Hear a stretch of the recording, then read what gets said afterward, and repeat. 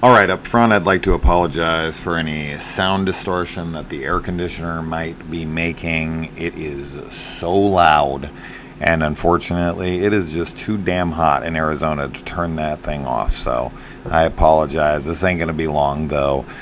There is a new Tubi original. It's called Deadbolt, and this might be the most predictable film I've ever watched in my life.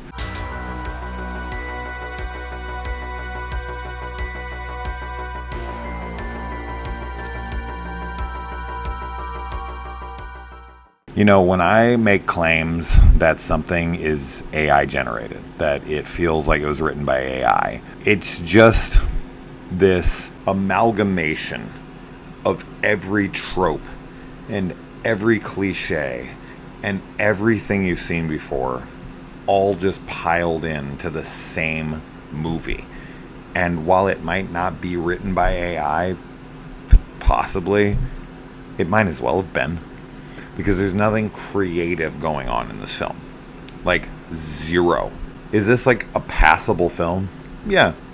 So if Tubi is setting out to make passable films for people to throw on and forget about and not turn the channel because it's like engaging enough, right? And if that's their goal, then that's a bad business model. The previous review I made to this one was praising one of the Tubi originals that just came out and others before it, because I feel like this is a very solid year for Tubi originals. And as soon as I make a video praising how good they've been lately, they then throw this my way, which, man, it's just such a shame, because I think there's some decent talent on display here.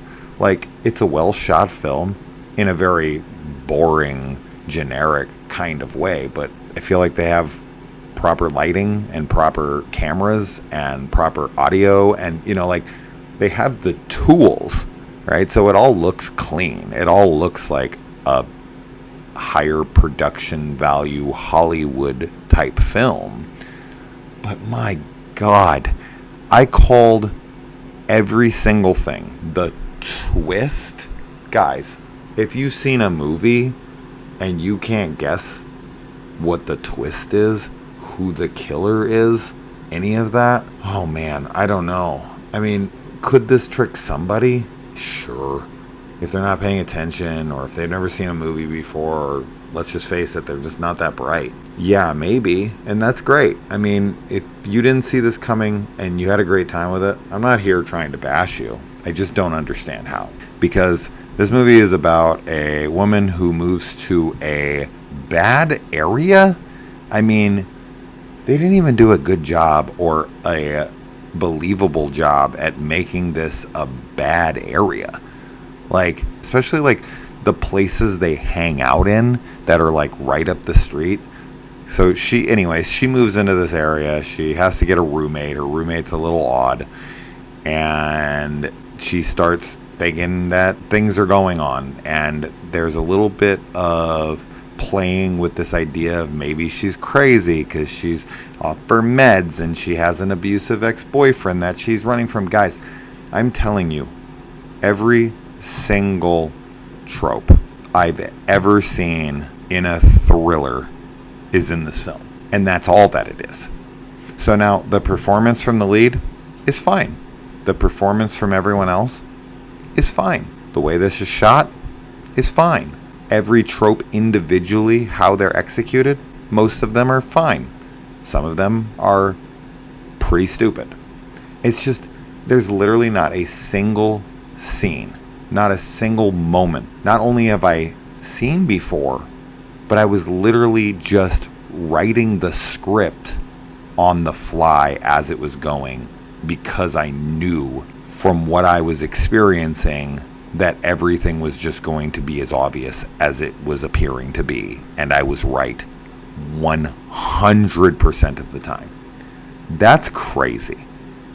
Where they had me for 1 second thinking, well, maybe this is going to, like, maybe they're purposefully making you think that they're going to just follow the trope route and then they're going to pull the rug out from under you. So for like 2 seconds, I gave this film just a little bit of credit, thinking maybe this was all an elaborate ruse to get the best of us, so that we would be like, oh shit, that didn't go the way I thought it was going to go at all. It was kind of on autopilot, and then it shifted gears, and it made us go, whoa, and a really strong ending could potentially make for a decent recommendation here.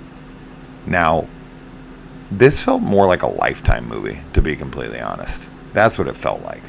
But the amount of movies I could liken this to, from the scenes that play out, I'm not going to do it for spoiler reasons, and I don't feel like getting into spoilers, but it really is. It's just remarkable. It's remarkable to me that movies like this get made. I know that, like, Tubi has a certain quota to meet, and they probably want to put out surefire things. So they go to the well and they draw from all of the proven successes of the past, and they say, okay, this has worked, why don't we just make an entire film of just cliches from popular films throughout the history of thrillers and horror movies, and let's just make a hodgepodge garbage can, and we'll just throw it all in there, and then we can just throw it out as a time waster, which is exactly what this movie is. It's a shame. I really think that you can take a movie like this and you can do unique things, and here's the thing. My last note before I end this. Playing it safe doesn't really work out, right? You might get a little audience that's likes to feel the comfort of things that they've seen 1,000 times, right? Some people find comfort in that. But in order for a film to catch on with an audience and generate good word of mouth and buzz, especially from a Tubi original that doesn't get any promotion, right? They just drop these things on here.